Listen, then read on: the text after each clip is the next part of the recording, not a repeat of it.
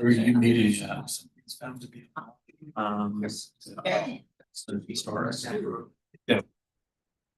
Yeah, same place. Welcome back, everyone. Yeah.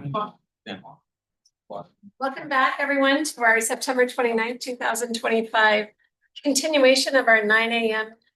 to budget workshop with the county commissioners. All 5 commissioners are present for the afternoon session. Commissioner Jordan is on Zoom at this point in time.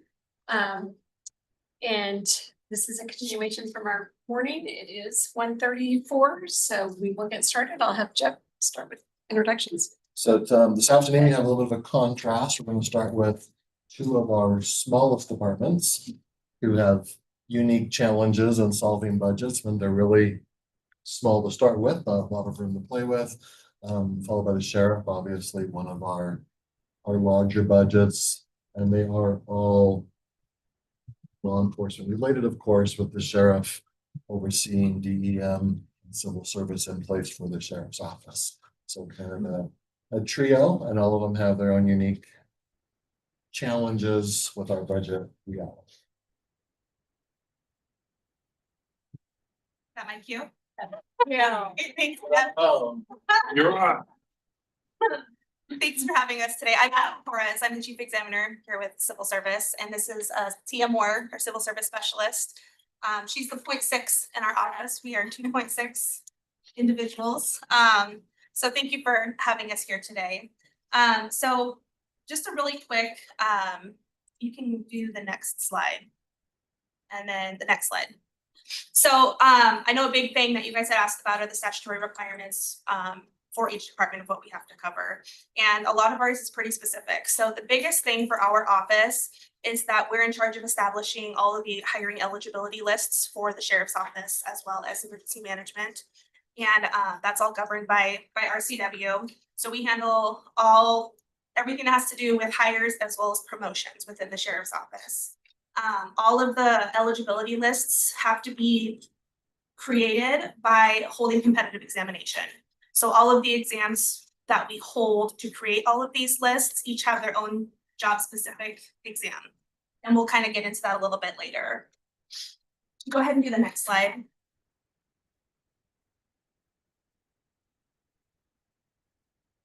And just a quick rundown of our staff. So we are a 2.6 department. So myself, the chief examiner, I'm full-time. We have 1 full-time specialist, as well as a 60% civil service specialist, Tia. She's here 60% of the time, but she definitely does more than 60% of the work. We did have 3 full-time employees up until 2013 when the jail split from the sheriff's office. And then that's when our department went down to the 2.6. We did give you guys a letter of support from Sheriff Knowles about the importance of maintaining our staffing because they're big hiring numbers, that it's just important for us to maintain the staffing levels that we have, if at all possible. Go ahead and do the next slide. So again, this just goes over the class specifications. We maintain over 50 class specs for the sheriff's office. Tia did call over to various civil service departments in Washington state, and an average were under 20 that a lot of other civil service offices maintain. So they were, and some were just a couple. yeah, the like small 6 departments, or- yeah, maybe, yeah, just a couple there. So we have to go through a pretty rigorous approval process for any time there's any type of changes to a job description or anything that has to do with the position itself. It has to be given final approval by our Civil Service Commission. Our Civil Service Commission is a 5-member volunteer board that is appointed by the BOCC to serve a 6-year term. And so right now we are down to vacancies for our Civil Service Commissioners, so we are actively recruiting for that. And let's see. Oh, one big thing that we did want to bring up is our application. We have to go through every single application that is turned in, and every single person that reaches that minimum requirement must be given the opportunity to test. So we just can't pick and choose who we test. So there'll be some times where we get a flood of applications in and then have a testing session of maybe 50 people. And then the next month, maybe about 10. So it can definitely vary month to month.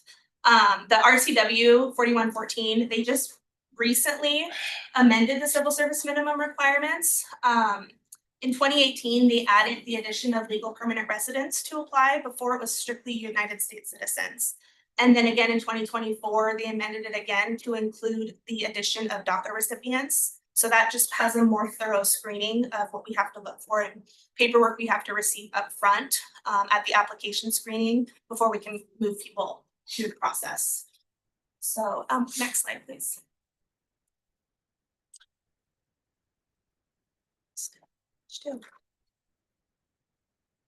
Okay, and this just kind of goes over more of what I previously said. Each position has their own specific minimum requirements, and those are discussed and brought up by the sheriff's office. So it's kind of a collaborative effort to decide what minimum requirements are going to be. And if they want a position that's open, and I'll have it open for, we require a minimum of at least 2 weeks. If I'm not getting any applicants at all, I'll go back to the sheriff's office and be like, hey, this is the applicants that you are getting and their experience, but here's what the minimum requirements are. And so sometimes they'll go and they'll revisit the minimum requirements, which again has to then get approved by the Civil Service Commission. So it can be a lengthy process. And then we also give a certain percentage to veterans that apply. We have to add that to their competitive exam score. It's either a 5% or 10%. So that's something that our office has to manually calculate as well for every applicant that qualifies for veterans preference. And then every applicant, for if any reason their application is rejected, or they're not approved for hire by the sheriff's office, they do have a right to an appeal. And the appeal process goes in front of the Civil Service Commission in an open public meeting. And Nathan luckily hasn't had any appeals we've had to go through yet. We've had a couple that have been some doozies, but every applicant does have that right as a civil service applicant when applying for the sheriff's office. And then next slide, please. Have the appeals been successful? Successful as far as it was justified, reasons as to why an applicant was either rejected. Their applicant was, we're very thorough in keeping notes on every applicant, just in case we don't like when appeals come up. So we try to be as prepared as possible. And then every applicant that is rejected by the sheriff's office, they will, they'll come and represent themselves and they'll say, this is the reason why we can't hire this person. And then the Civil Service Commission, I think in the 15 years I've been here, we haven't had one application that was overturned to be placed back onto the list. So we're very thorough when it comes to screening and note taking for each applicant. So this is just some examples of some of this competitive testing. Okay, so is that common across the state? Do things get overturned often to where someone is put back on, or is it, I I mean, think it just varies by circumstance. I'm not sure what the stats are for other civil service departments and their appeals. I can definitely look into that, but because civil service is such a kind of unique department across the state, myself and Tia will call other chief examiners and other civil service and we'll like, hey, we have this coming up. Have you guys dealt with this? So we get ideas and feedback and bounce ideas off each other from other civil service departments throughout the state. And it's been pretty cool to hear the similarities between our departments and some of the differences that happen. And we've had quite a few people actually contact us and say, hey, have you been through this? And previous attorneys have set up some pretty good rules to hand out at the meetings so that everybody's clear on how the meetings are gonna go. And the appeals can happen for not just applicants, but for employees that were terminated. They do have the option to go in front of the Civil Service Board to appeal that termination, or they can go through arbitration through their unions. We've only had a couple that have selected to go through civil service. We've had two pretty, I guess, high profile ones that went through the civil service process. One of them though was based on the recommendation from our attorney at the time. Because it was in a big lawsuit, they wanted to wait to see the outcome of that suit before the civil service commissioners agreed or disagreed, which basically, they saw that this is what the court said. So, this is was their determination. What would an applicant use as their argument to appeal? I mean, they're not employed, they're applying for a job, if they're deemed to not, A lot of times it can be Yeah, an what- interpretation of their minimum requirements than meeting it. So if they put something under their application that doesn't necessarily align, or we don't read it as this isn't the exact experience we're looking for, they can come back and be like, oh, well, this is what I meant. And then we do allow them to email us like clarifications on their application. So we don't just reject people and get rid of them. We communicate with them and say like, hey, you're not meeting this specific requirement. If you feel like you do, let us know some more details and then we can make a decision once we get a better clarification. Because sometimes as people are putting their applicant or filling their applications out, they just have their blinders on, not realizing that we have to look for some specific requirements. Like a big thing is like with our forensics unit. A lot of people that have worked in like morgues or funeral homes, that's not necessarily crime scene investigation. They're not out in the field. And so once we explain that to them, they're like, oh, okay. But then we say, you would qualify for the entry level forensic position. And here's the information on that. So we definitely give people advice and feedback for, you may not qualify for this higher level position, but here's some options for other positions that you may qualify for within the sheriff's office. And I think the biggest clarifying one is definitely with forensics. So. thank you. You're welcome, thank you, good question. So all of our all of our support staff positions, as far as clerical goes, they'll have a minimum words per minute. We have a software program in our office that offers validated typing tests. And most of them are a minimum of 45 words a minute. So we offer those for free for anyone who wants to come in, take a validated typing test to prove that they do meet that requirement. We schedule those as needed in our office, or if they aren't able to come to our office, there are many temporary employment agencies around the area. Express Professionals is a big one that applicants will use to go get a typing test done. The written exams, those are typically multiple choice held by the Scantron. I'm sure all of us remember the old Scantron machines. We still have those. We don't know for how much longer because with the update of Windows 11, it's not, IT doesn't think it's compatible with our current testing software. So we're kind of in a figuring out now how we're gonna grade a lot of these tests, because we may have to switch to manual grading because the software may not be compatible with the IT update. IT's been wonderful with working with us though and trying to figure out some problem solving. Or check, I would think other civil service groups across other counties would have the same situation and see what they've done. Yeah, we've checked with them. I recently contacted a lot of the counties that are about similar sized, and some of them do just like hand scoring their tests. A couple of them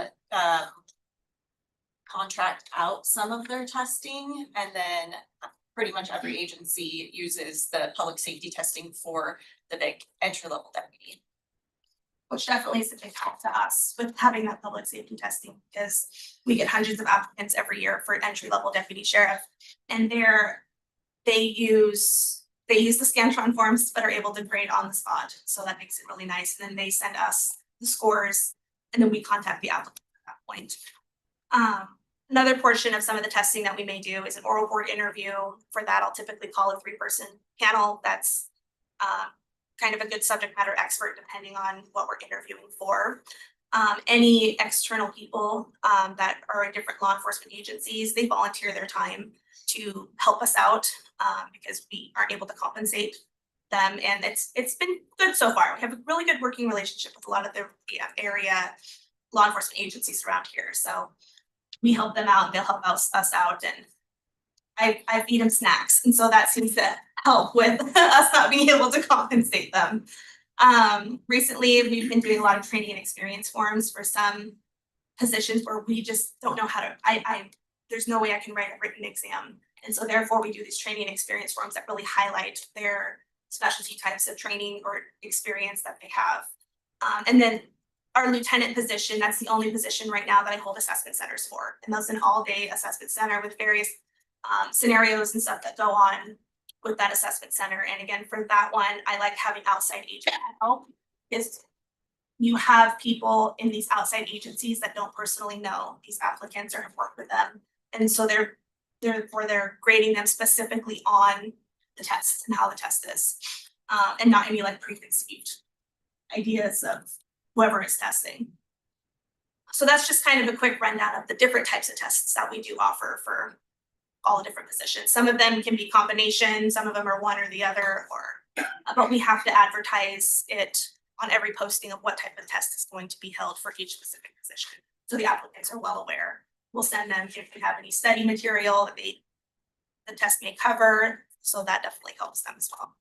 So how many total different tests exist? Well, Like you mentioned the Scantrons. Are there, is there one Scantron test? Are there 50 or? it's a lot. For every position, there's a different test. So for entry level clerical, there's a test for that. For kind of a higher level clerical, there's a test for that. That kind of goes over more higher level duties.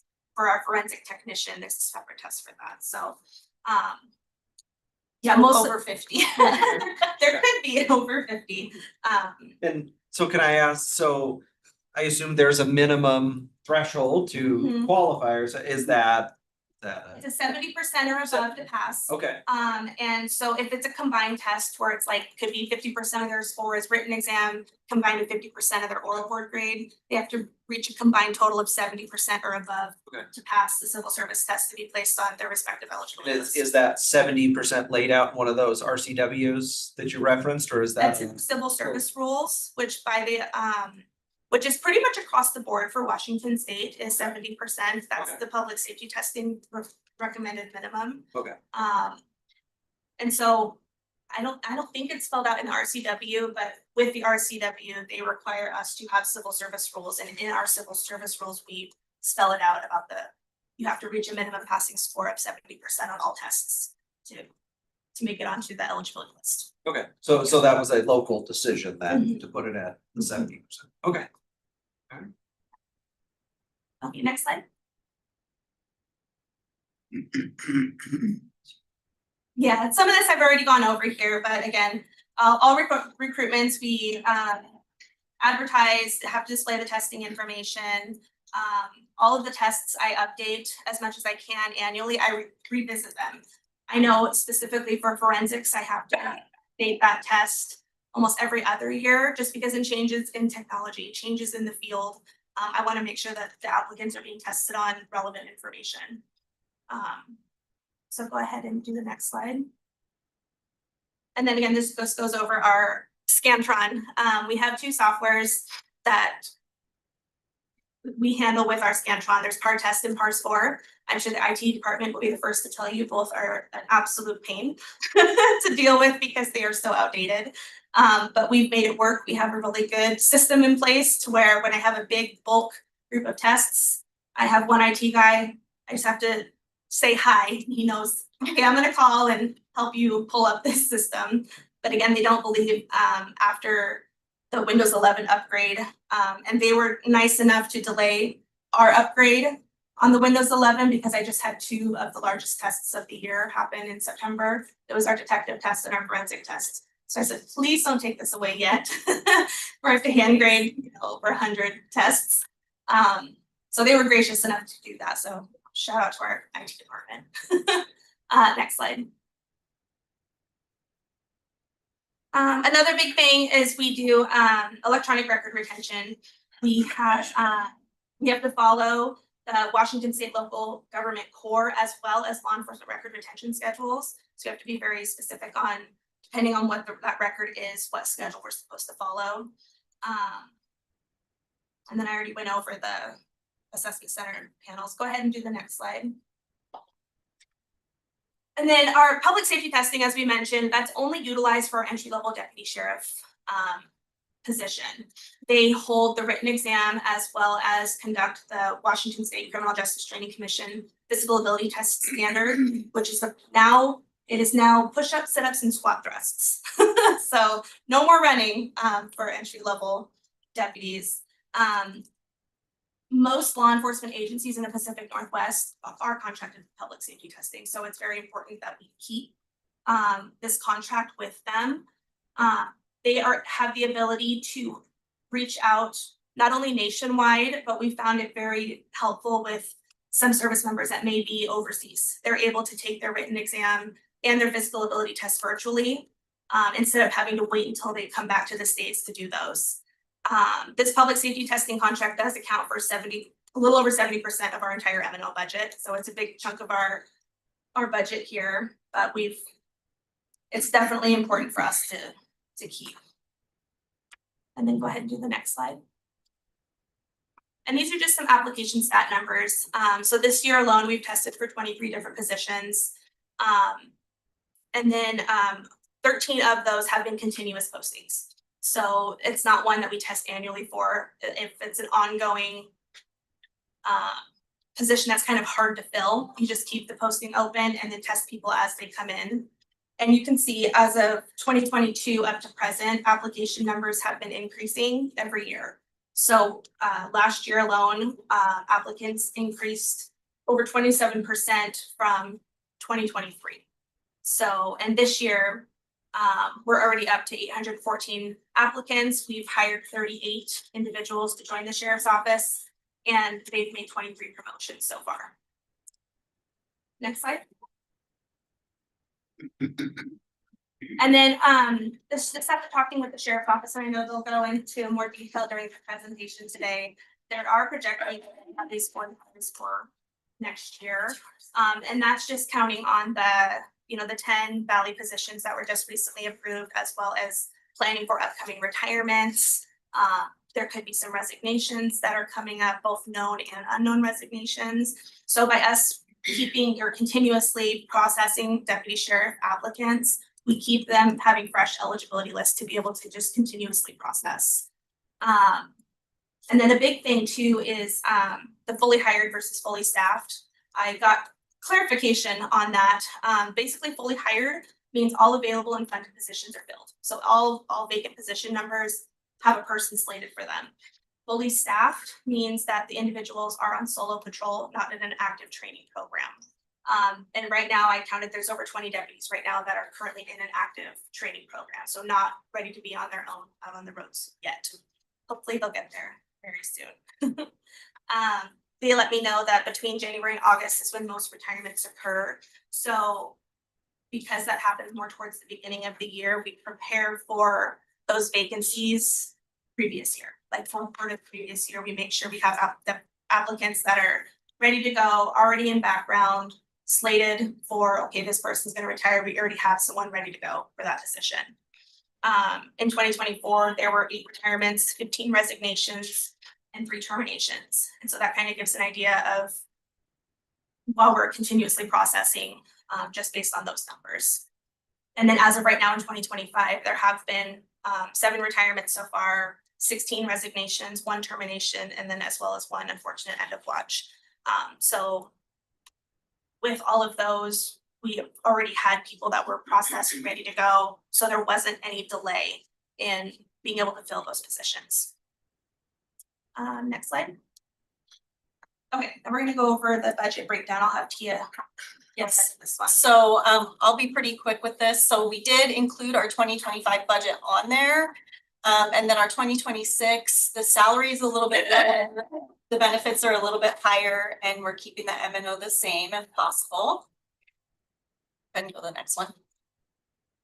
So with the difference in the salary portion, it's slightly more for the actual salary, and then we will be reducing our PTO cash out and our overtime, and that money is going to be used to cover the increase in our medical expenses for the department this year.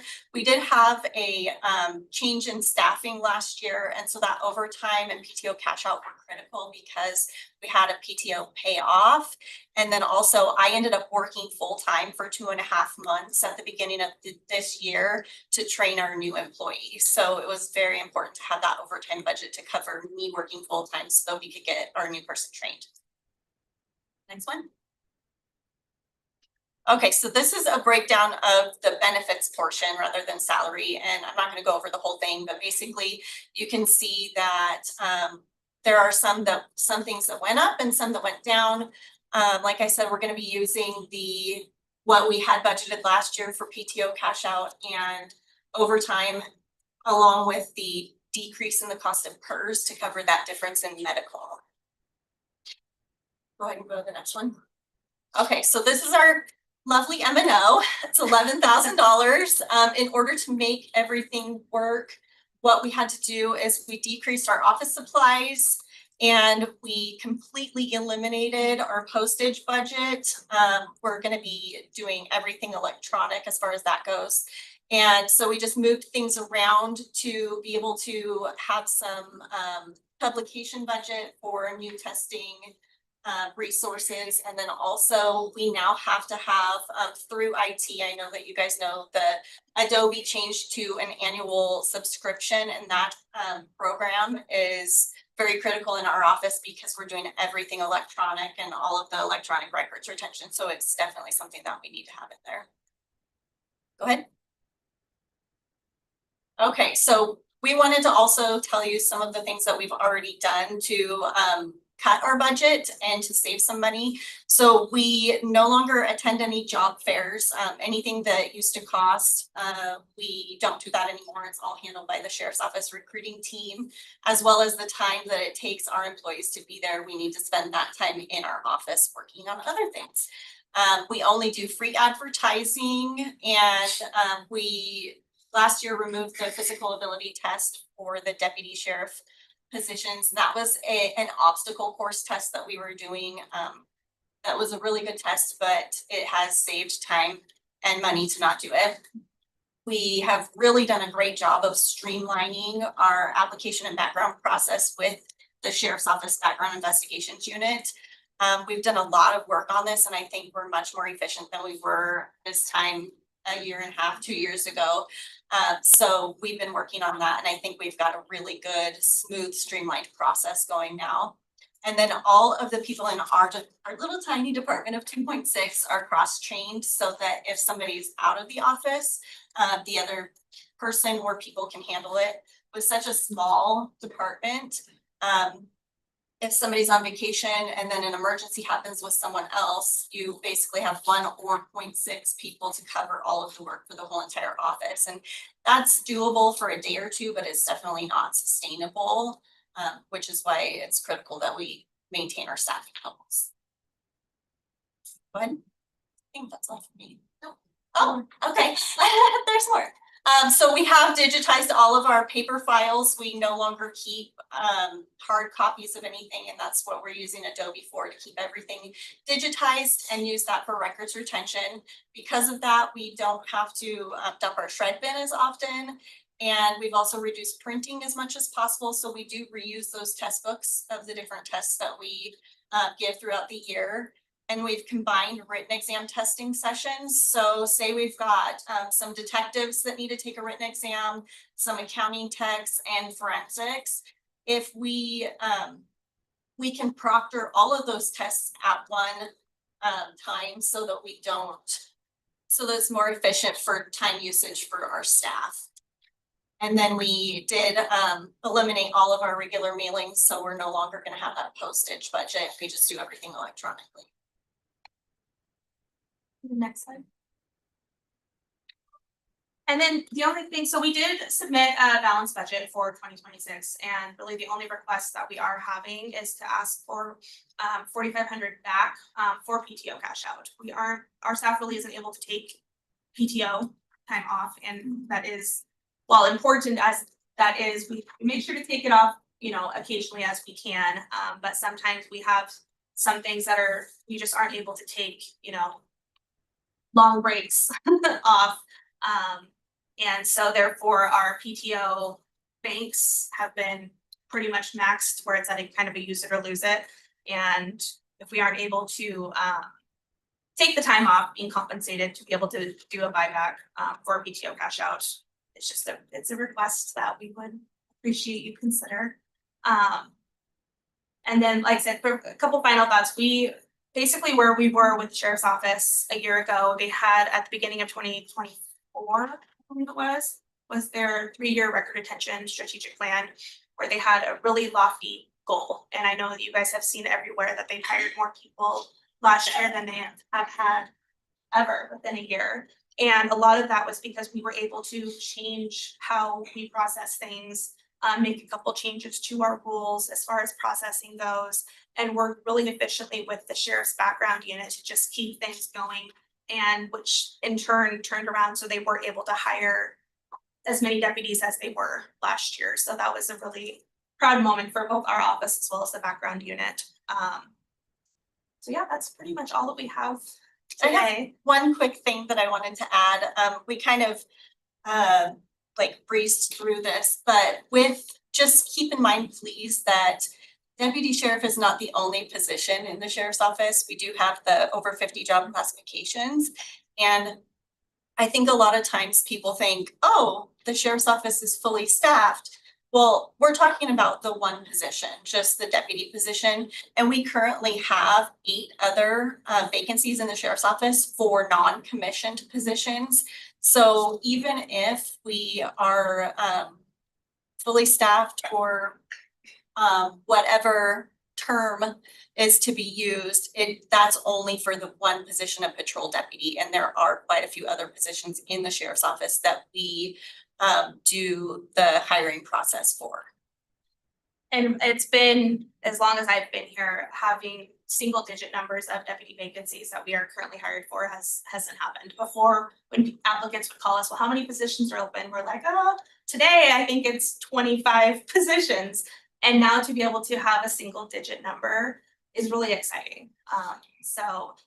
But then again, the importance of the support staff that we're currently hiring for, processing for, keeps our office really busy as well. So. I have this, so like, why all the support staff through civil service? I mean, I understand deputies, I mean, I know. Maybe explain the RCW a little bit more, but just because like in all of our other departments, I mean, we don't do that. Deputies are certainly a unique position, so I see that, but. As far as why civil service covers support staff, under the RCW, any employee under the county sheriff's office has to go through civil service process. Is there a reason? I get it that it's in the law, but I guess why? What's the reasoning for that? Why would support staff in the sheriff's office be any different than support staff in the auditor, or the treasurer? Is it confidential information? That's a Is that huge what it part of is, it. or? So basically, the reason there are so many different job classifications in the sheriff's office is because there are a lot of different very specific types of jobs. But a large part of it is because these people are they're handling all of the sheriff's office confidential information and just working with sheriff's office materials and working with the deputies. So a lot of it is very confidential, and the sheriff's office background investigations unit does very thorough background investigations on every single employee of the sheriff's office. So they're hiring outside of civil service. There's a lot more leeway of what kind of background they go through. And it's just much more thorough for anyone who works in the sheriff's office. Not just the background, but even the testing and making sure that the best qualified candidates are hired. So it's quite a process. And other civil service agencies do have other positions as well, just not as many as the Spokane County Sheriff's Office Civil Service. There's none of that, like in the prosecutor PD's office, is there? No. Okay. So in doing some research, when we were trying to look at why with some of the RCWs, keep in mind that when the Civil Service Commission statutory scheme was adopted for all the sheriff's office, except for the few unclassified positions, this was back in the 1950s, and it was by a citizen initiative back in the 1950s. And it's spelled out pretty well in some of the old publications that there was a lot of concern back in the day, early 20th century, with sheriff's office doing primarily political appointments for all positions.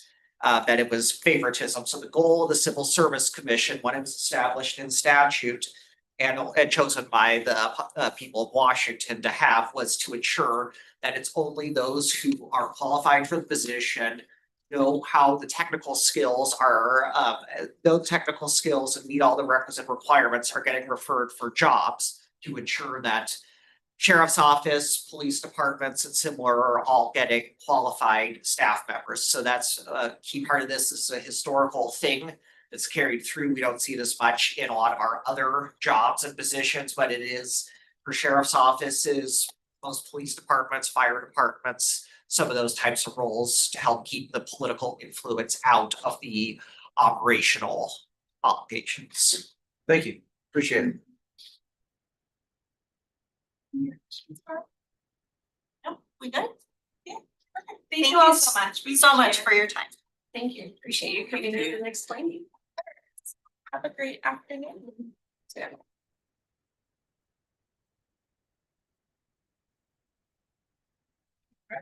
Want to see that?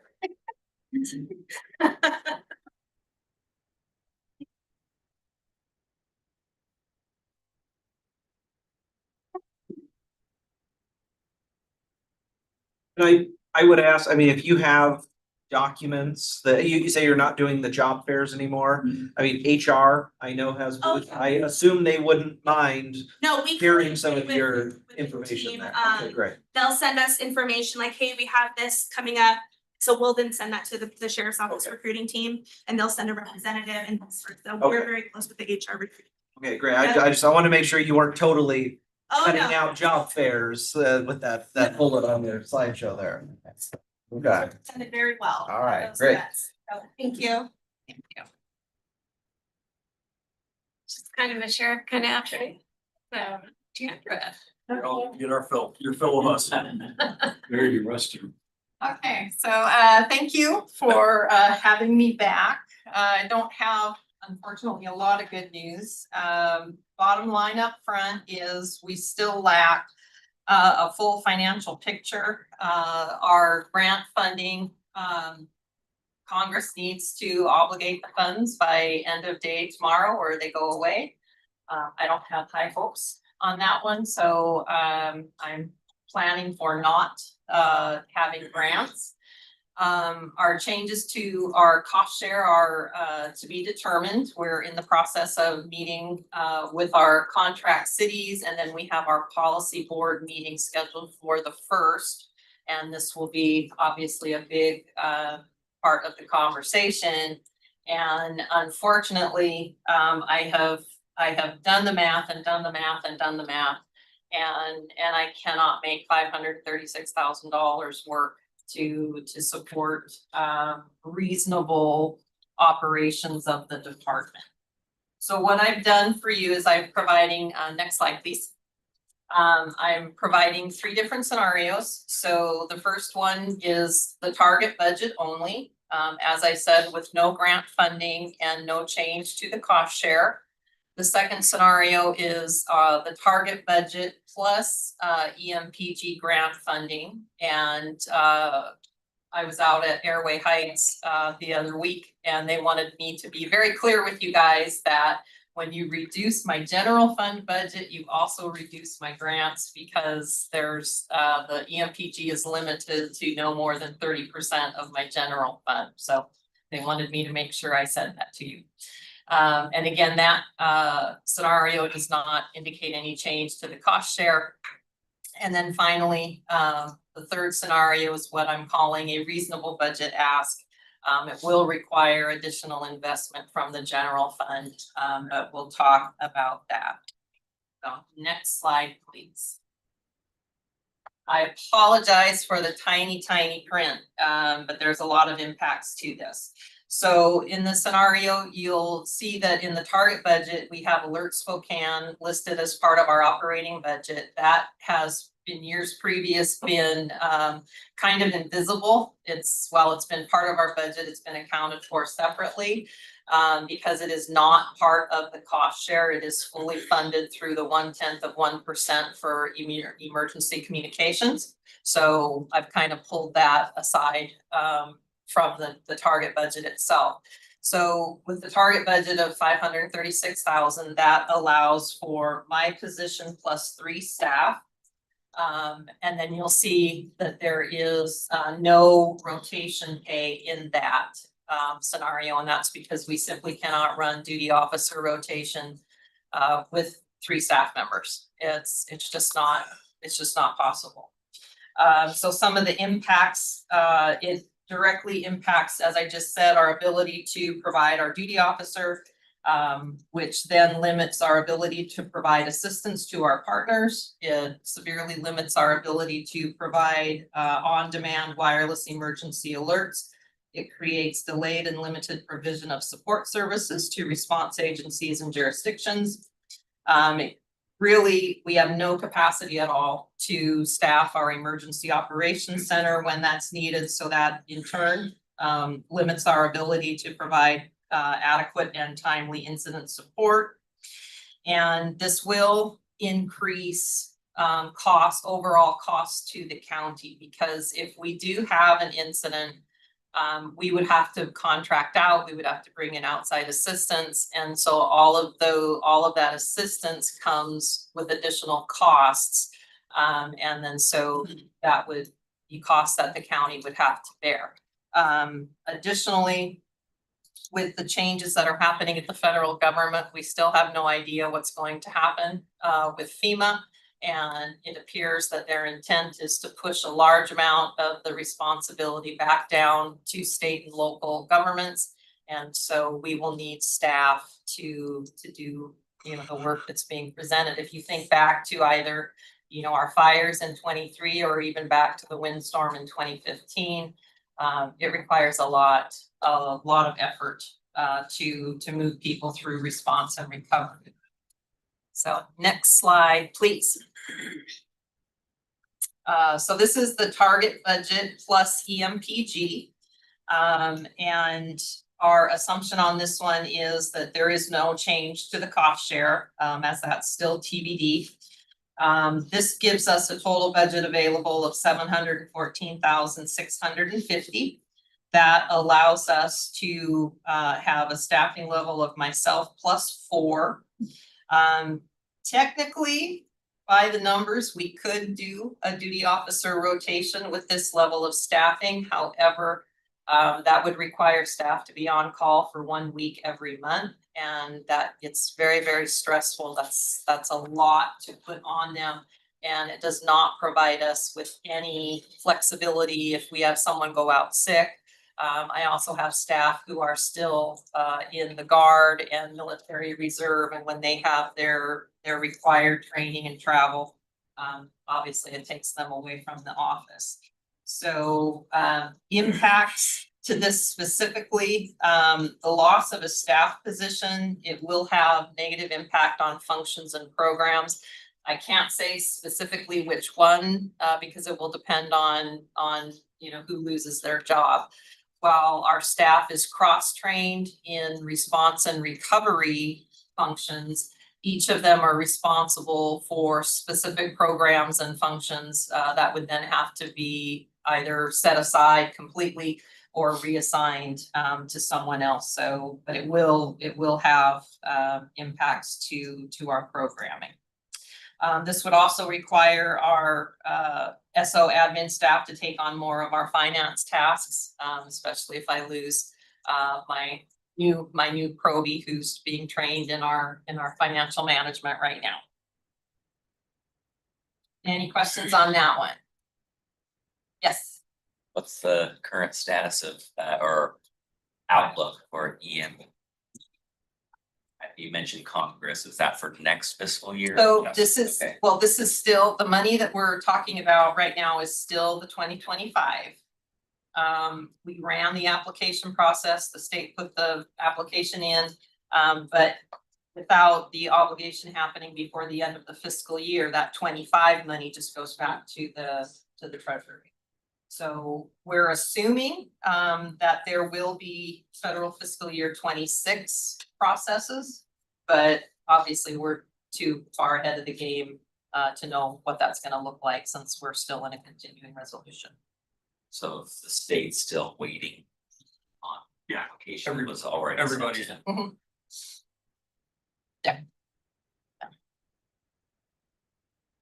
Anything else? That's frustrating. You're telling me. That's my A lot of reason to be frustrated. It's hugely frustrating. Okay, so, next slide, please. So my reasonable ask, and I do want to front load this by saying I fully am cognizant of the challenges, that the county is facing.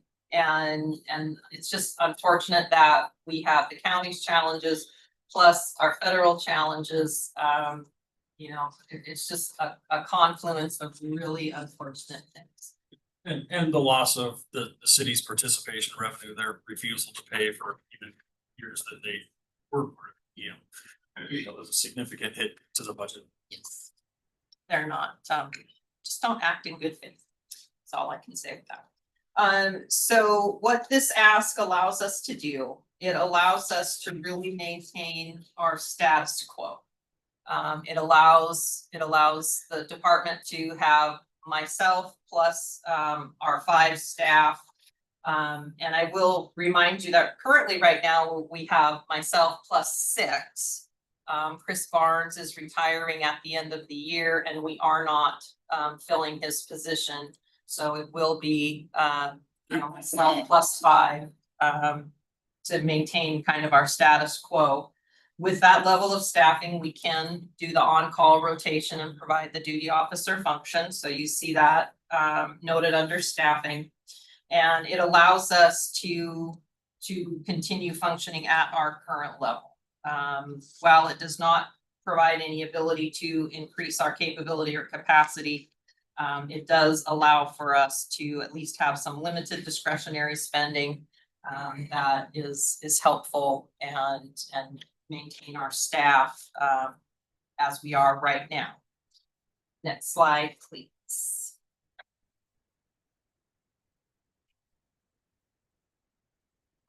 Okay, so I will just remind you that our department has been, you know, we've been on the short end of the stick for quite a while. And we have been able to do a lot with not very much for the last decade or so. And I would really hate to see us have to step backward from where we are at right now. Next slide, please. So justifications, our programs are risk informed, our staff is trained and they're very capable and they perform quite well under pressure. The loss of staff equals a loss of capability and capacity across all programs and functions. And emergency management is just, we're just really reliant on human capital. Without people, this doesn't work. And so my ask to you is that we find a way to be able to keep our people. So if we lose people, that degrades our capability and capacity, which increases the likelihood of negative outcomes. And when we have negative outcomes, that exposes the county to increased liability. And when we're looking at case law in emergency management, you're typically looking at liability coming from negligence. And negligence can be either the failure to plan or the failure to follow the plan that you have. And for us to step backward really increases that exposure to the county. And as I noted earlier, it does increase response and recovery costs because we have to go out and pay for outside assistance as opposed to having it done in-house. So I think there's one more slide. Yes, one more. So my final ask is to provide us with a budget of $760,000 that allows us to keep our department whole. It addresses our lost grant funding, and we can certainly revisit it when our federal grant situation becomes more clear. And as I said, we will be meeting with our policy board on the 1st to discuss changes to the cost share. We've had conversations so far with the Valley and with Airway Heights. Their representatives have voiced support for adjusting the cost share. Of course, we have no idea, the amount and what that would look like. But that meeting's happening on the 1st. Sandra, correct me if I'm wrong, the city's portion previously was about somewhere between $180,000 to $200,000 a year. Yes. And so really that left a pretty big budget hole to begin with. Which all of our other partners that we've had discussions with recognize that that's revenue we have to replace. The city of Spokane Valley, Fairway Heights and other jurisdictions recognize what we do, the county on their behalf through DEM. So there's a willingness there to talk about increased costs. And we'll know a little bit more after October 1st on what that would look like. With the increased cost sharing, it does increase the percentage of the overall budget that the county would incur. But just know that what you're seeing here is kind of worst case scenario. If things work out right and things go the way we want them to, they will look better. I'm trying to get Chandra here to be a little bit more, hey, the glass is half full, so the glass is half empty. But I need her pessimism sometimes to keep me from missing things. So it could end up not financially hitting the county's budget as hard as it looks right here with that final scenario.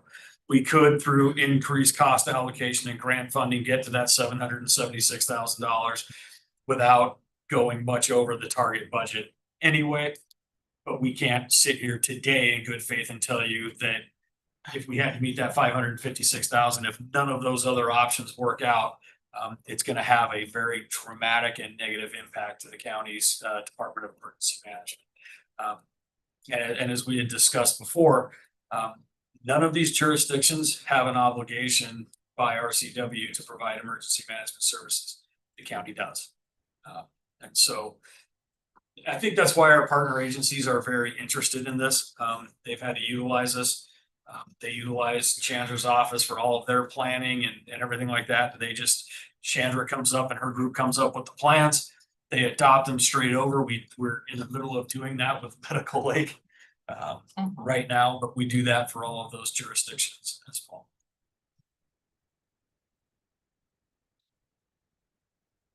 I don't know if you would like us, once we know a little bit more about these numbers. I don't know if we're gonna have an answer on the federal funding anytime soon. But, after we meet with the policy board, if you want us to come in and meet with you again and talk to you about what that cost share looks like, we'd be more than happy to do that. We could adjust the numbers that we presented. Is there, I know that most of the emergency communications sales tax goes to SHREC, correct? Is there any possibility to be able to use some of that towards this in a temporary manner? So I can actually answer that. So the 1/10 of 1% for public safety communications is limited to equipment and materials. You cannot use it for staffing. And that is That's what what is it being is. used to pay It's for the just alert. for Alert Spokane is paid for that. That's the pass through that she was talking about at the So beginning. radios and all of the other. Yep, and in fact, Tessa was going to do some research for us because we have $8,000 a year in our satellite contracts, which were covered by grant. And we have to have those satellites, otherwise our backup communications doesn't work. And so Tessa was gonna check to see if we could include that in the 1/10 of 1% as well, so that does not have to sit in our regular operating budget. And we've planned consistently for Alert Spokane and related costs to be about $120,000. It comes in consistently under that, I'd say. So I think there's a little room for that $8,000 that Chandra's referring to within that 120 that we already take off the top, and we reimburse only direct costs. So whatever's actually spent on Alert Spokane is what's reimbursed to the general fund from that 1/10 of 1% emergency communications sales tax. For the federal grant, did the application open up somewhat recently? So, State to apply for fiscal year Yeah. 25. yes, Okay. so what happened? So that was good news. Yes, so what happened was, when the administration changed over, the Trump administration impounded all of the grants. And so, the grants that we had open at the time, so our 24 grants, we had a pause on that while they reviewed all of the existing contracts. The 25 money, they held the process until, I think it was July, because we only had like 2 weeks to get our application turned around. If the state did apply, we were supposed to hear sometime this month if the funding was going to be obligated, and so now they're down to their last 24 hours to obligate it before it goes back to Treasury. And if we have a 26 grant, it will depend on what they do with budget going forward. Lots of unknowns. I'm sorry. I just wonder if we could do some advocacy around that. Well, I would It's say, appropriated funds. I will that are say, not being dispersed. right, and I know that our senators are aware of that, our representatives have been made aware of that. And I will say that within the FEMA Review Council, that's happening.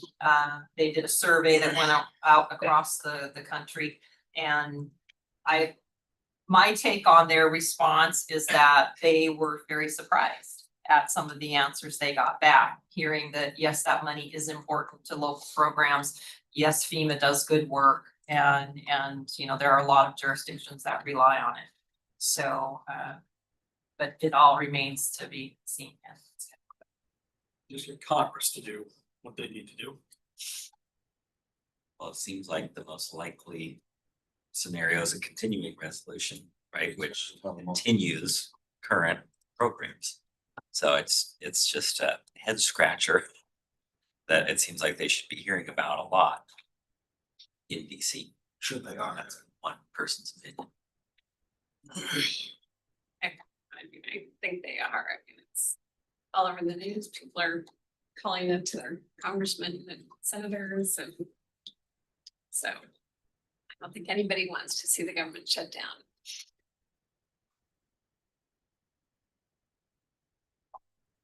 Are there any other questions about this? I'm sorry. And I know we didn't give you a lot of answers. I mean, It sucks, and I'm sorry, but Can I ask about the, I mean, one of the things in a couple of your budgets, it's not there, then it is there in the reasonable ask. So about the on-call rotation, so if you don't have the funding to have someone on call, I mean, and an emergency, you know, generic emergency, who's, you know, whether it's wildfire, windstorm, you know, whatever. So I assume if there is some emergency, that initial call isn't gonna go to you, it's gonna go to 911. If something happens. yeah. And so if there's no one on call in your office, at what point does DEM get involved? I mean, you're gonna know about it if there's an emergency. I mean, does the call go to the director or does it go to the assistant director? I mean, one of you two is gonna know so- about it, so right? This is what happens. So you have your first responders who show up, whether it be fire, police, fire and police, or whatever. And so you come into a situation where we have to have people who go into shelters, or people have to start working with utility companies and working for debris clearing. Well, that's not the stuff that the fire department, the police department do. That then call goes to Chandra's office. Yeah. So usually that would go to the on-call person who starts working with the Red Cross to find and locate shelters. If it's resources within the Department of Emergency Management, whether it's communication equipment, whether it's all sorts of different equipment that they have to bring to bear to help the first responders do their jobs. You know, whether it's communication equipment, whether it's just even shelter, food, water for people in the community. They're the ones who start coordinating all that. It's not the fire chief, it's not the sheriff, it's not the police chief, it's DEM who does that. And then, of course, that stuff never happens 9 to 5, Monday through Friday. So then, yes, they would have to hope that they can get a hold of Chandra, or they can get a hold of me. And then we would have to try to round up one of the 3 employees who can do all that stuff. and get them going. Remember, if they're not on call, they're not obligated to answer their phone. They're not obligated to do any of those things.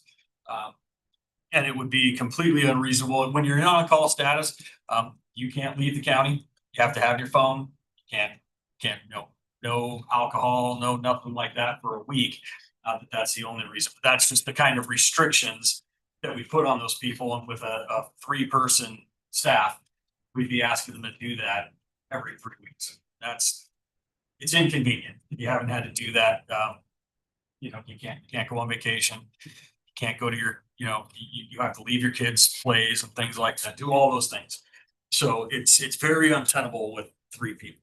I mean, for our detectives, I think, they get a little whiny when they have to do it every 8 weeks. It can be a lot. Having been somebody who was on an on-call rotation once a month, it gets a little exhausting. When you meet with the other contracted jurisdictions, do you have kind of a plan for an ask or a framework for how that city gap would be filled? Would it be just proportionally based on population, or what are you thinking for that conversation? It is currently based on population proportionality. Now, granted, the percentage of the contribution will raise by percentage just because we're gonna have to try to cover the city of Spokane's lack of participation. Again, that's anywhere from $180,000 to $200,000 annually. And, when you start talking about Deer Park and Medical Lake and everybody there, and I'm gonna make up a number because I don't know what that would be, but if you raise it $35,000, that's a lot to them.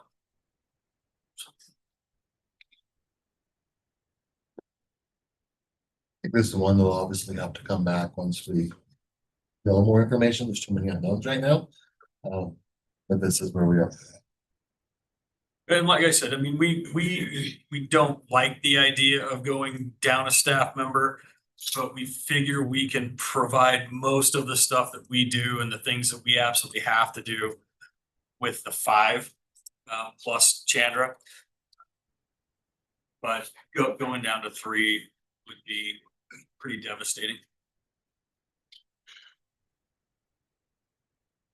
I think it's, until we know what the feds are doing, but it's hard for us to keep picking up when the federal government stops funding or the state stops funding.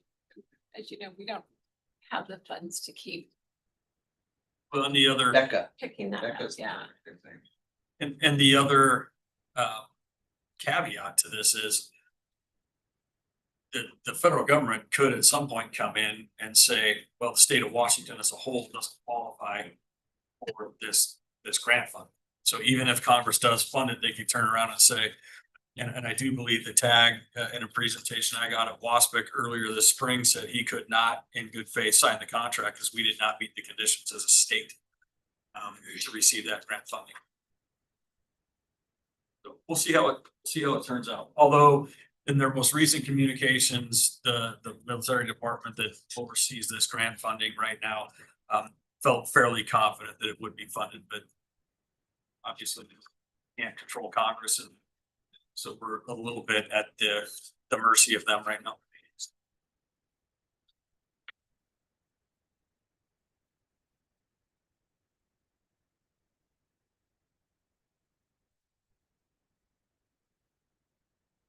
We'll make sure to get back on your calendar again here soon when we have a little bit better idea of numbers. Thank you. I appreciate your time.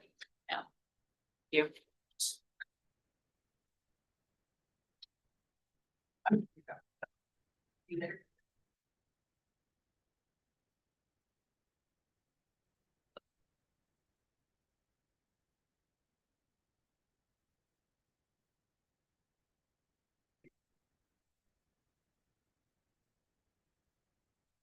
We're gonna talk about your favorite office inside the county.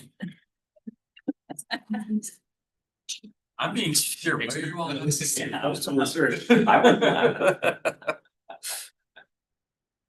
Good afternoon. Good afternoon. You guys are tired. We bring good news. You bring good news. We think so. Yeah.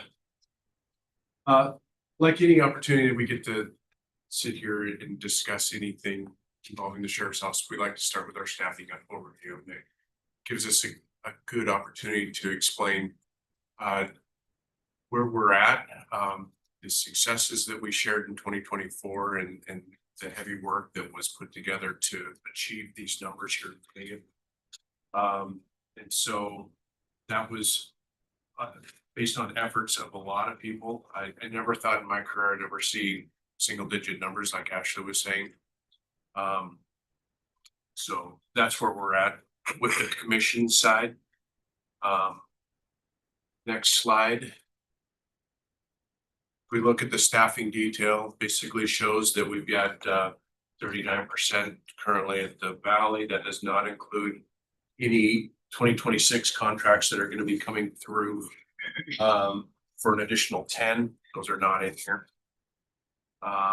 And then you'll see that to make sure that your FTE reports line up in similar fashion with our numbers, we included the unfunded recruitment positions that civil service uses for their process. Are all you pretty aware of why we do that? The reason that we have unfunded positions? Because they can't give us a name unless there's an FTE that's open. So nobody's actually employed. That just allows us to get 10 more names to process and get into background so we can hire faster. Next slide. We always like to make sure that everybody understands some of the hurdles that we have with absences that go on, and that obviously directly impacts our overtime minimum staffing. Currently, we're at 16 right now, primarily due to the PFML advantage that program.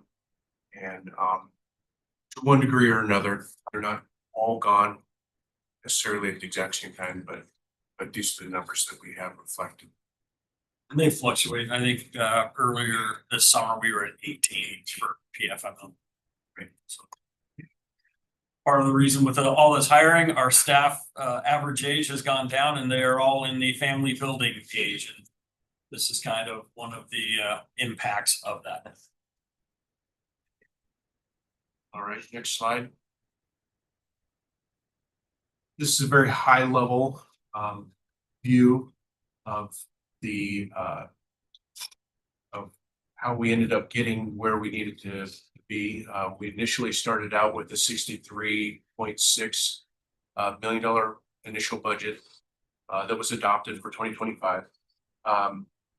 And again, maybe I'll stop right here, and I just want to sing the praises of the budget office. Jason, was a huge collaboration with our departments working together to make sure that these numbers tied.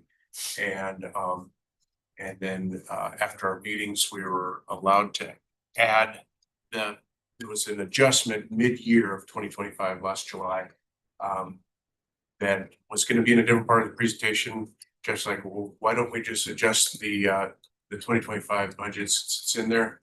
And then that really simplified everything moving forward. So now I think I'll point out to the commissioners, if you look on your agency summary, you'll see it's a 63.5, round up to 63.6. You'll recall the mid-year 25 adjustment for the wrong officers is backfilled. It's going to happen continuing 26. So while we were talking, like, that needs to be part of the base. New base. It's a new base. We decided not to print out a new sheet yet. Because we're gonna do it all at the same time, but we're all in agreement that should be the base is backfilled. It doesn't impact your general fund at all. Agreed. I mean, honestly, this should be an amended 2026 Correct. or 2025 budget. So any budget amendments that happen during the year should be. Included. We just didn't think about that as we were doing it. And in the process, we realized we need to make that change. It should be for any of the other. Yeah, any department would be in that situation. Yes. It's the same. all right, thank you. That brought us within essentially $1 million of our target for 2026. Through the analysis of the new hires that we're rolling out fourth quarter 25 and first quarter 26, we had approximately 18. That when we looked at those rollouts compared to the minimum staffing, we felt comfortable with this assessment that we could roll back overtime by just under $1 million. And that allowed us to meet the requirements that you gave us. We have been seeing our overtime month over month, really coming in below what we had budgeted for. The last 3 months. Yeah, everybody's about 30,000 a month or more. I can't remember. Can't remember if it was 30 or 80,000 a month that we were starting to undershoot what we were budgeted for. And a lot of that is because we have a lot more deputies feeling shifts. We're out on patrol. We believe that trend will continue to go down. So feeling very comfortable about being able to shave the overtime budget. Something we haven't been able to be comfortable saying in a long, long time. I'm almost terrified saying it here. But it's not a numbers game, I guess, what I've. Yeah, this isn't a shell game, is we're spending a lot less money on overtime now than we have been over the last probably 7 or 8 years. When probably due to being almost fully staffed. Yes, yeah. That was, well, should not to, I mean, which is what we keep saying in all the departments, if we can get fully staffed at the corrections, with corrections officers, we'd have much less overtime. So. All right, next slide, please. Basically, this just shows how we would allocate that entire budget on the expense side by jurisdiction using law enforcement cost allocation percentages.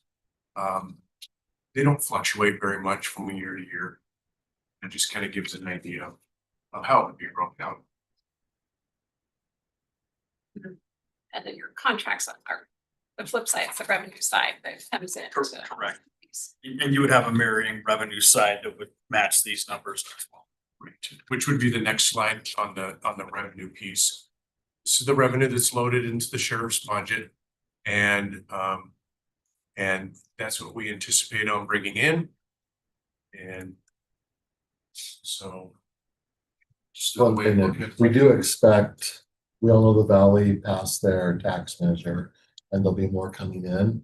We didn't want to presuppose what exactly they're going to do. So until they let us know what exactly they're gonna do, they want added in, but since it's all revenue backed, it will have zero impact. The revenue will leave the expenses there, but we did leave the 26 out of this. Just wait until we get the exact what they're going to do. Like, we all know they're talking to new cops. Maybe it's gonna, we don't know exactly what it is. We don't want to presuppose it. And it will be revenue back, but just know these numbers will go up once we have that information from them. So either go up at the end of this year, Or before the early end, next year. We as a expected that, budget amendment. yeah, we, Again, it's a budget amendment for that, Yeah. when we know. Yes.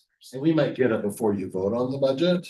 If we do, we'll put it in the budget. If we don't, we'll do an amendment. And then adjust accordingly, and then remember next year to add it to the base. I ask a couple questions on, so how have the conversations gone with the air support unit and having more of a equitable contribution from those who use our, the air helicopter services, other So air support we services? are always negotiating those from time to time. I know, like with the city of Spokane, that is done under the general use contract with them. And do we negotiate that every 3 years or 5 years? I don't remember what that is. It's something we do with the budget office. It's been a while since we've done that. So It's been several years since the city has communicated with us on the joint use contract.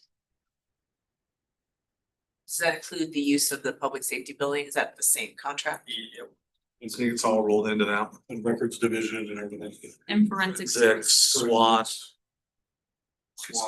Everything. evidence room that they Yep, property. provide. So, I will say we got very close to getting state funding for the 4 air support units across the state. That WASPIC, that is at the top of our legislative agenda. I know you all have adopted that as well. We feel pretty confident we can get that one over the be top great. this year. So I think we want to check with you to make sure We've emailed back and forth, the sheriff and I, so Yes. it's confirmed. it's confirmed. So it passed through the House unanimously. It hit a snag. Some personalities at the committee level in the Senate. We think we can get that resolved. So we're feeling very confident. So what Especially degree they with some of fund, the high profile correct. some activities that happened this year where they needed a lot of air support and Yes. the mountainous forested areas. Yes, we spent, Yes. we and every air support unit in the state spent a And lot of that time. really should be in Chelan borne for the by right just reasons. one jurisdiction. It's a statewide, public safety matter.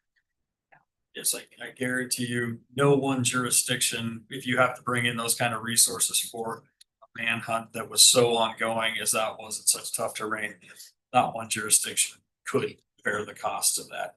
But that would be a good example to bring back to the It would, legislature this year. and the reality is most of the airframes that we use, because they are government surplus, we can't actually charge for anything other than our personnel time. Right. Because we were given that aircraft, so it's a challenge to fund. And we think that's why it passed through the House unanimously. I mean, like I said, it was just unfortunate politics that happened in the Senate. So we're feeling fairly confident about that. Which will help offset a lot of our costs. Well, that would The air be- support. That would be a great up Yeah. revenue here. And then my other question was about the training center. Do you have any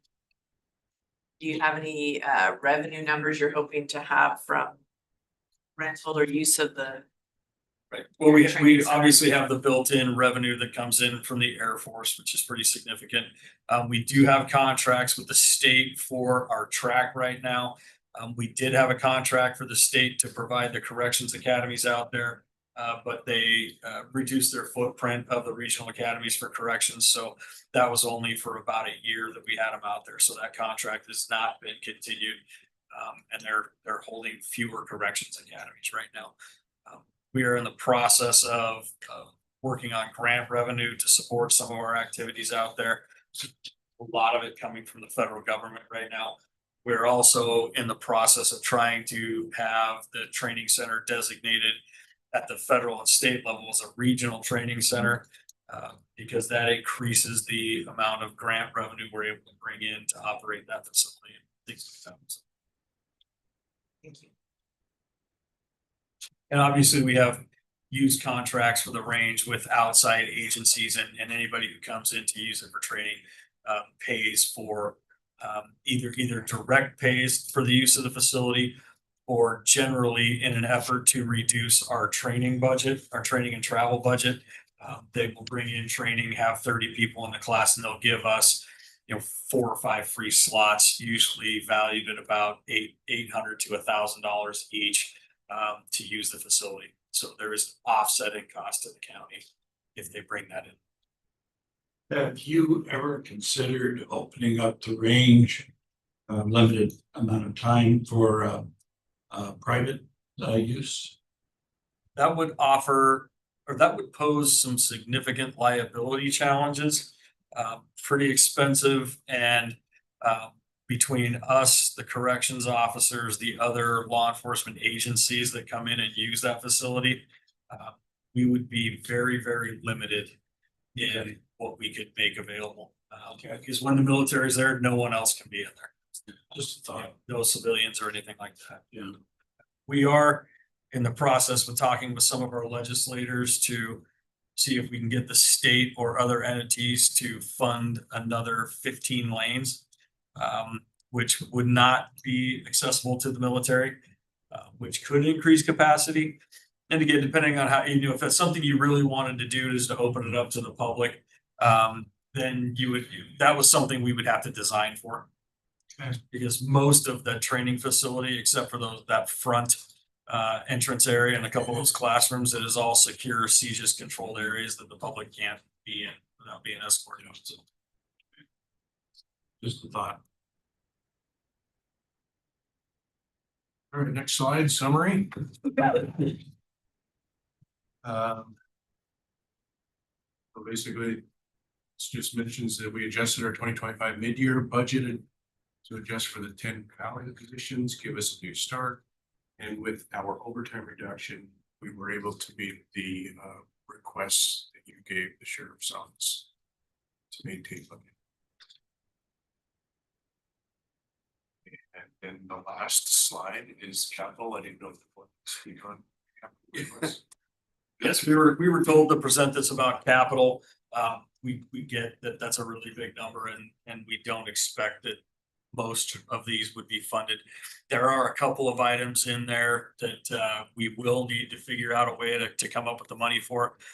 RMS software being one of the most critical things. As you're all aware, we've been working on a new world CAD and RMS system. As Shrek moved to the new CAD system, it's time for us to replace our records management system as well. The agreement from all of the region outside of the city of Spokane is to go with Hexagon Records Management. We're in the process of getting agreements with all of our outside jurisdictions, and this includes not only us in Spokane Valley, but also Cheney, Airway Heights, Liberty Lake, all the other police departments that are part of Shrek. But there is an initial cost to going to the RMS system. You can see what the anticipated cost to the sheriff's office will be. That is absent Spokane Valley's portion. Just a little over $1 million is what it'll cost to get that system up and running and implemented. Ongoing costs will be largely offset by getting rid of the ongoing costs that are budgeted for the current New World system. They may be slightly more, but again, those costs will be determined going into 27. I think we'd be looking at maybe third or fourth quarter of 26 before we could switch to the Hexagon RMS system. Scott, I know you're very well aware of these conversations, so if I misstate something, feel free to correct me. But that's probably one of the bigger costs that is going to hit us coming into 2026. You also see patrol vehicles. We are trying to get by with what we have to maintain a fleet with now all of our employees that, before we had enough cars that we could meet the people we actually had driving their own vehicles. As we are approaching full staffing levels, we don't have a lot of cars sitting on the lot anymore. That's why we have a request for 10 patrol cars downtown going to next year. If you guys remember a couple of years ago, when we came to you with the vehicle replacement plan, we were talking as many as 18 to 20 a year to keep us on that plan. I think we did, was it 10 this year? Or was it 7? It was 4 plus 3. So seven patrol cars this year. No, it was 7 patrols, it was 8, I'm sorry, 8 patrol cars and 4. Yeah.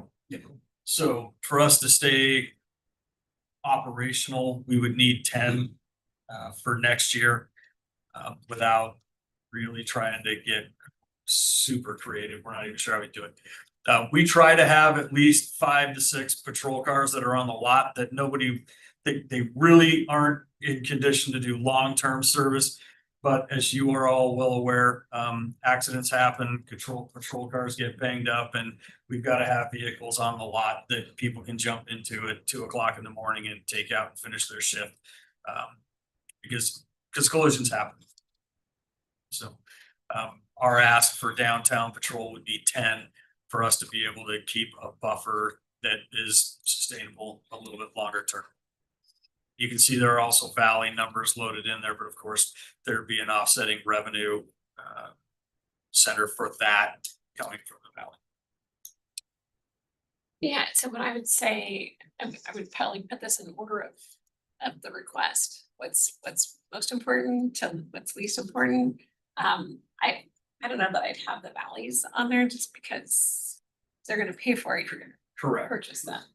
And then on the RMS software, we didn't go over the slide with the priors. You told us to add this in. I did, but we didn't go over it. On the RMS software. It's what's your, cause it says annual, but it's a one-time startup cost and then it's offset by your annual. Right. You already have an annual amount already. Yes, for, we pay an annual user fee for, Tyler New right now.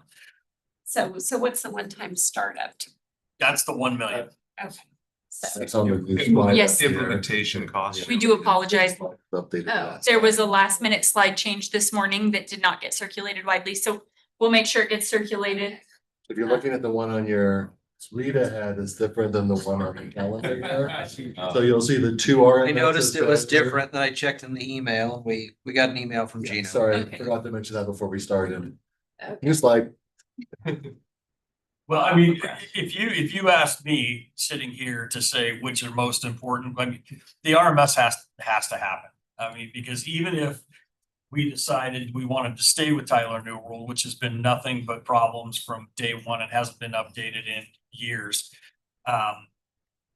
We would have to pay Tyler New World money to build a bridge between the Hexagon RMS system that we are going to for CAD and this. So there would be costs there.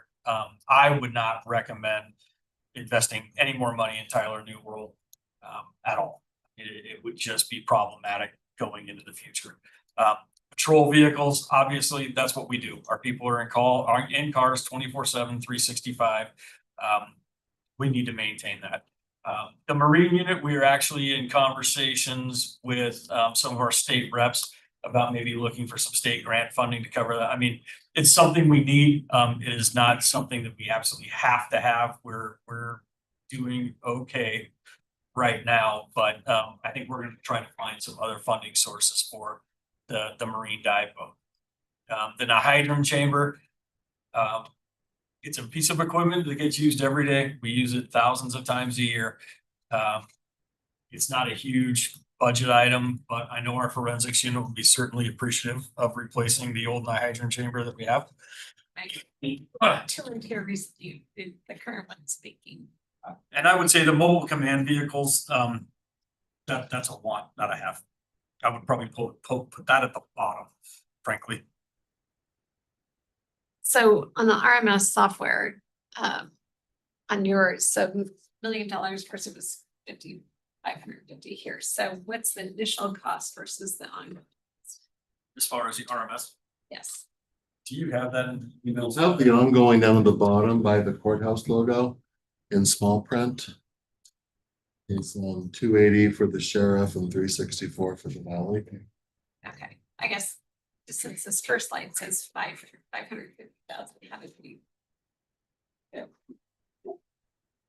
Oh, that was the previous one, yeah. Yeah, that's the one that went out Friday. So I can give you a little more context. Sheriff talked about the importance of RMS. Right now, we have an integrated system. Everything that populates in the RMS comes out of the CAD system. So because we're on an integrated system for CAD and RMS through Tyler New World, whenever a call comes in for dispatch, everything that's entered in the system and the relevant fields that need to be populated in RMS get all auto-populated. So that deputies don't have to go in there and hand keys things in. It helps with quality control and just automation. So with the regional decision to move off of Tyler New World because of an unstable platform and unhappiness, user dissatisfaction with it, coming to end of life with a number of servers and support for it, which is creating some instability concerns. The need would be to move also to a new RMS system, and the team led by Mike Kittlestadt and other law enforcement agencies made the recommendation that going to Hexagon made most sense.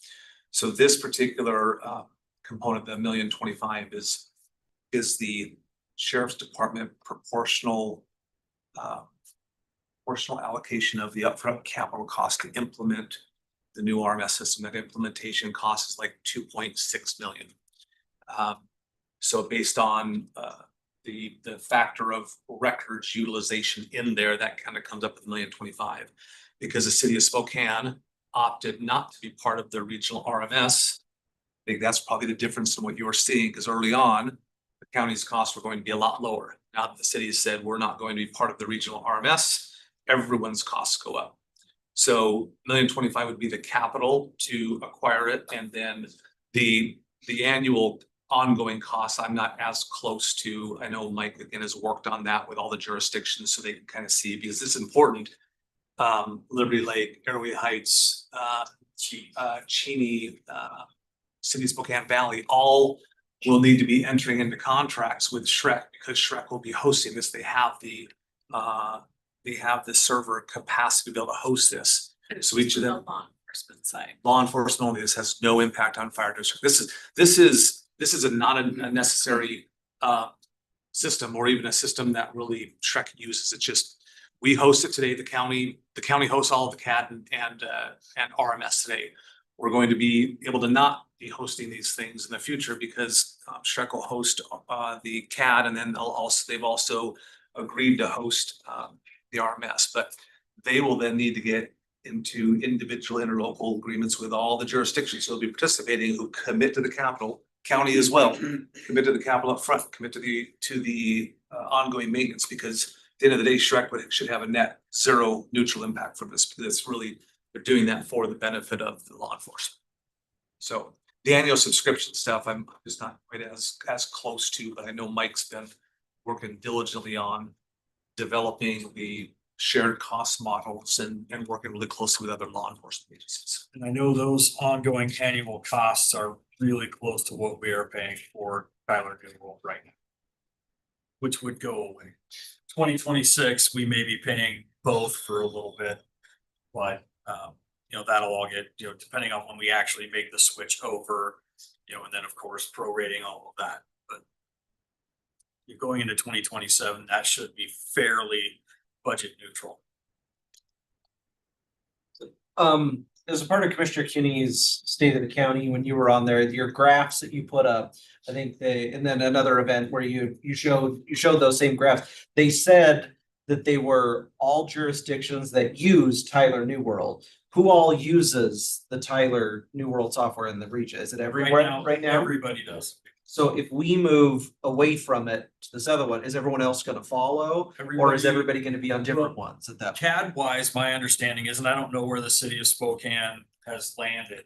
Okay, Everybody will be on Hexagon, is my understanding. I think the city is looking at getting their own separate contract okay. for Hexagon, so it would include everybody except the city of Spokane. And then depending on Okay. how much visibility they want to give us into their CAD system, we could continue to be able to. Okay. So, Alright. And then can I ask the two mobile command vehicles, is that an additional two, or is this gonna replace? it would replace the one. It would, okay. And again, that's in my opinion, and some of my folks will probably yell at me for this, that's probably at the bottom of the priority list. Okay. Frank. We have had operational problems with the size of that mobile command vehicle. We were having trouble finding volunteers that were even capable or willing to drive it, coming out in all types of weather, all types of things. We've now shifted that responsibility over to our shop people, who are more than capable and willing to do that. They're just not volunteers anymore. So we found a You way have to one- continue to use One that. today? Okay. We have a couple of trailers if we get large incidents that we can move to different places. But we have only one mobile command vehicle right now.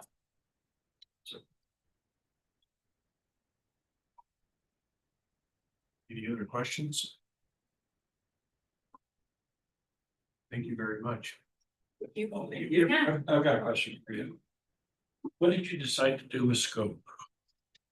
So scope right now, we have met with the board.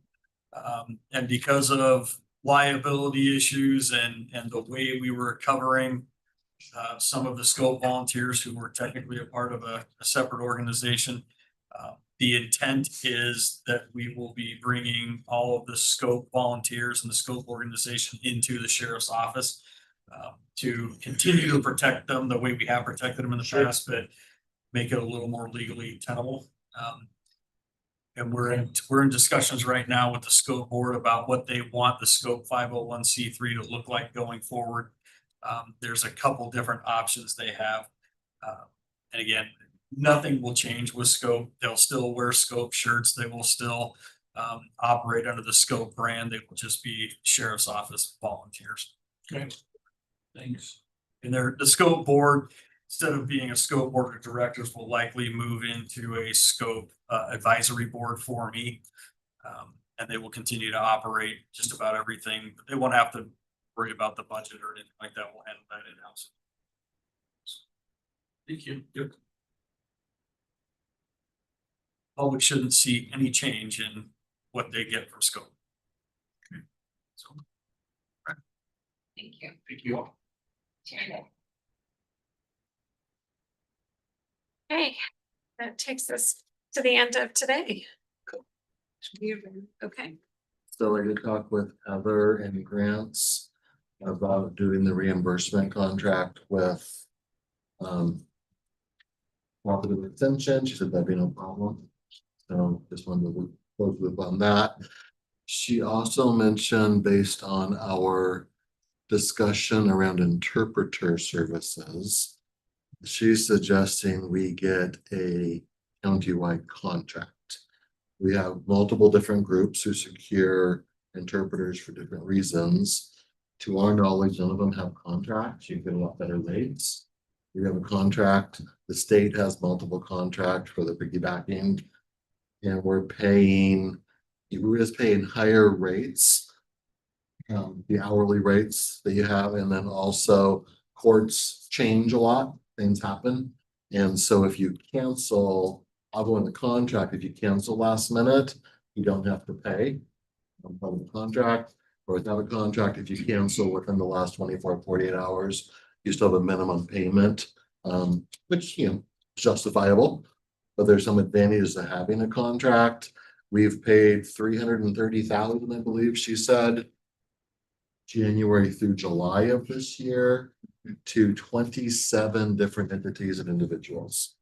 Where if we just had a couple interpreter services on contract, maybe a few individuals from maybe harder to find languages, but we're fairly certain that could be greatly reduced from 27 and be a cost savings on something that's headed towards, you know, 650,000 over the course of the year for interpretive services. That's more than just the courts. That's CSD, prosecutor, public defense, courts, etc. And Heather, if you're listening, if I said anything wrong, please chime in. Yeah, I'm surprised because I know of like at least there's like 3 large interpreter service companies that have a lot of people, right? And then there's some people that have their own, right? They have their own business because they're a unique language service specializing in the courts. So that 27 just Seems high. but wait, is the 27 maybe multiples for, like, is the same person contracted with multiple I would departments? assume some of them are individuals who different groups might, you know, Right, use you for English at one time and me for English another time, you know, so. There were 27 unique Yeah, suppliers. she just pulled the number of suppliers under interpreter services, 27 different. Sorry.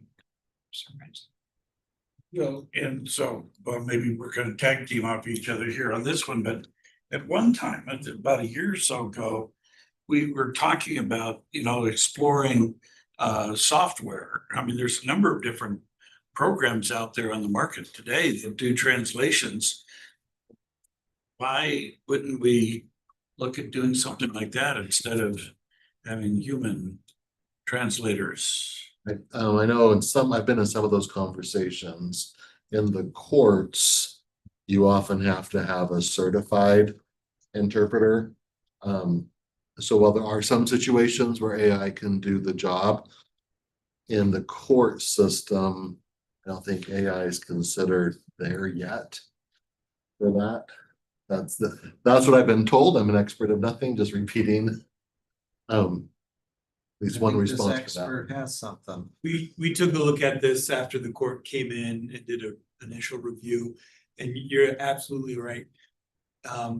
Software could be used in court as long as you don't need a certification, but there's no authority or court rule that would allow us to use it for interpreters.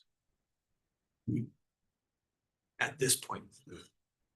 I'm having a flashback to when we had the department head meeting over in the Public Works building. We were talking about consolidating some of the service contracts, including the Culligan contracts that it seems like every Zoom. department has, you know. And Auditor Dalton said, that's great, but you just need to assign someone to do that work, because it's work to research it and figure out what all the contracts are, what the unique needs of the departments are. Prosecutor's office and courts being an example that would be different than other departments when it comes to court certified. So I just think we need to find a project manager or whoever and say, your job is to go through all the service contracts and figure out what can be reasonably consolidated. I think it's just a matter of assigning that responsibility to somebody who's got the time to do it, so. But I like the idea. I'm not volunteering, I'm just. That's kind of, whose job is it? Let's make a motion. Yeah. We volunteer. So. Yeah, and I thought at one point Superior Court, you know, it's like, since we're independent elected, they've done their own contracts, and so it's trying to get these independent electeds to come together and say, we need to do one contract. The prosecutor's office is willing to let the county take over the interpreter contract. I'm sure if we took it out of the court's budget, they would be willing to as well. So. Okay. That was the only just follow-up from this morning. Okay. Had answers to. Actually, yeah, we finished ahead of schedule, but they were doing well. Question real quick. Yes. Are you guys keeping kind of a running tally updated of all of the asks for, is that, you'll present that later? I sent to, oh no, I ended up sending it, I was gonna say, I think I sent it to you, but I ended up PDFing it. I will send it around. It's on the same, my same Excel sheet that has our schedule, and next tab over has the running list of all the asks. We'll get it added to the shared folder. So I'll just get it, I shared, I Let's- ended up sending a PDF when I did the updated one instead of the underlying document. So I can get that to you. And those are operational asks, right? Then there's capital asks. Capital will be next. Capital will be separate. We have tagged a couple of capital that have come up along the way, just so they're on the radar.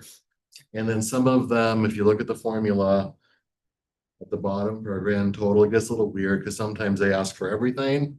But if I can't get everything, I'd like this and this. It adds up. So I've kind of backed out the everythings. Yeah. And took it back to the ones in first and second priorities. So just know the grand total at the bottom is a little bit more of a ish number Yeah. versus a hard and fast number.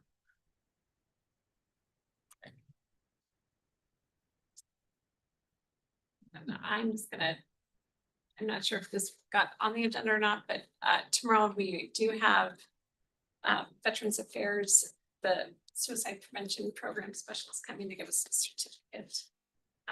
So.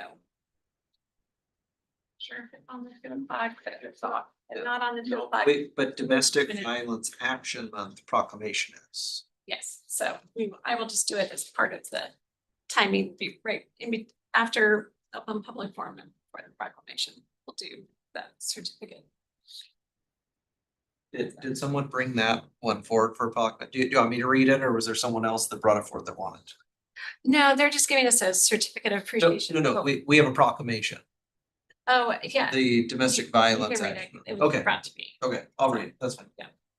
so, and then that's where we're putting the stickers.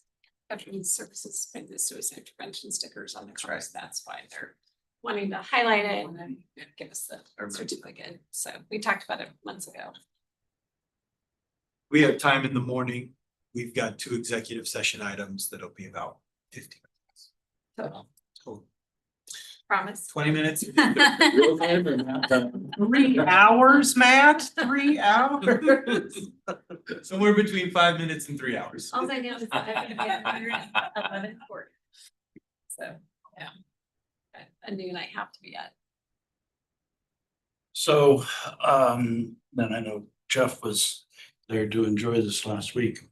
At the task force meeting, it was, we talked about, and it was suggested that the county adopt a health state of emergency because of the presence of PFAS, and that the suggestion was that it would potentially open us up for receiving federal dollars. There's no state dollars associated with that declaration, but there could be some federal dollars that are available to address the health emergency and stuff. So I think I've mentioned it to Matt to look at whether, did I mention it to you or not?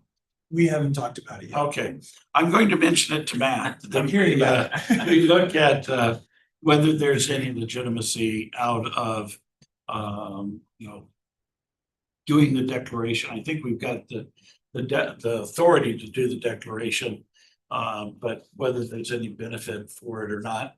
I did talk to Brooke Beeler with Ecology, and she said that as far as the state's concerned, there is no additional pot of money that would be eligible by making the declaration, but she does not know what might be available from the federal government. And then you probably saw in the newspaper last week that the Department of Defense has announced that they are delaying the continued investigative work for PFAS for both Fairchild and Portland International. The Air National Guard operates some F-15s out of Portland, and that's been the source of PFAS for down there. I did talk to Jeff Johnson, and in fact, I was the one that notified Jeff about the DoD determination.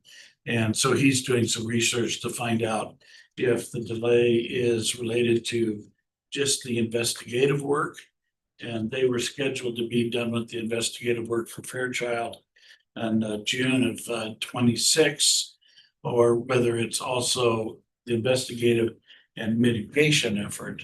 And the new deadline for the mitigation is 2032. So it pushes it out 6 years.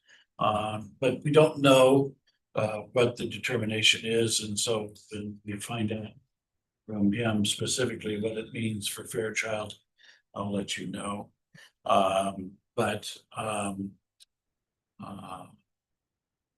Anxious to hear whether declaring the state of public health emergency is something we can do, and if in fact it will open up any new dollars for us. And talking to Brooke, we talked about this, the impact of this decision for DoD for the West Plains. And my suspicion, she did not say anything, but my suspicion is that this is going to refocus more attention on the airport and the need to be able to coalesce the three parties around a program to mitigate that. And if you want, at some point, we could go into executive session and I can share with you what that might mean. So other than that, it's the state of the nation. Good thing it was Dr. V at the meeting last time. Oh, yeah, no, no offense, Chris, but going to Dr. V as a co-chair, he is so skilled at being able to bring that medical and coalescing the group around a strategy. So he did present a stratification proposal And I think for the most part, it was embraced. But we're still doing some more work around it. We'll get together again next month and finalize that. And I did talk to Brooke about that, and she said that it's a little bit more work than she was hoping, but that it's a good process to go through, and that it would probably address some of the health issues that a more expedited manner program would not address. So, but he did a great job. He's been a very he took the first half of the meeting, I took the second half of the meeting, and it went very, very good. And for the most part, I mean, there are some folks that are there that would like to see an expedited process.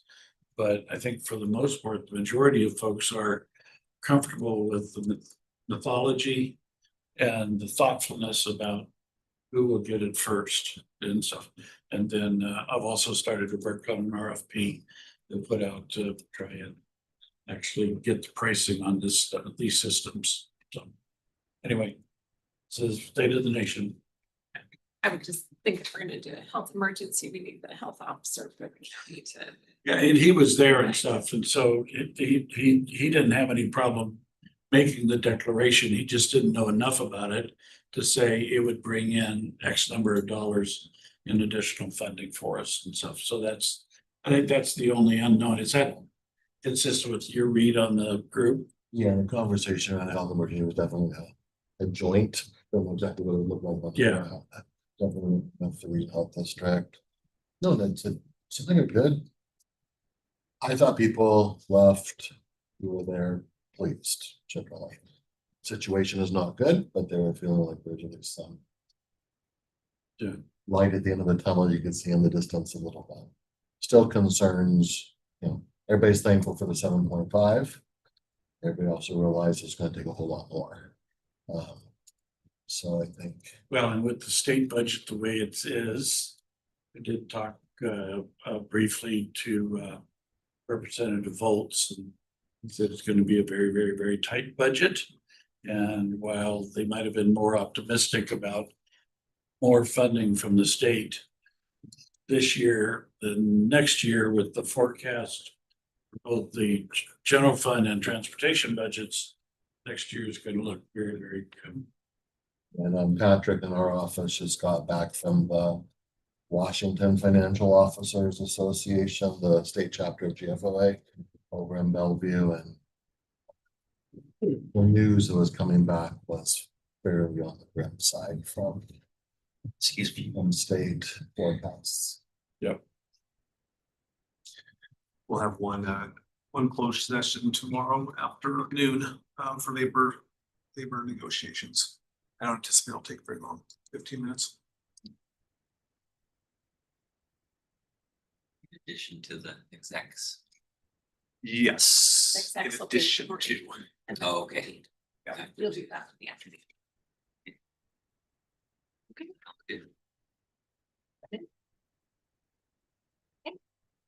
So that's the end of our agenda for today. We will adjourn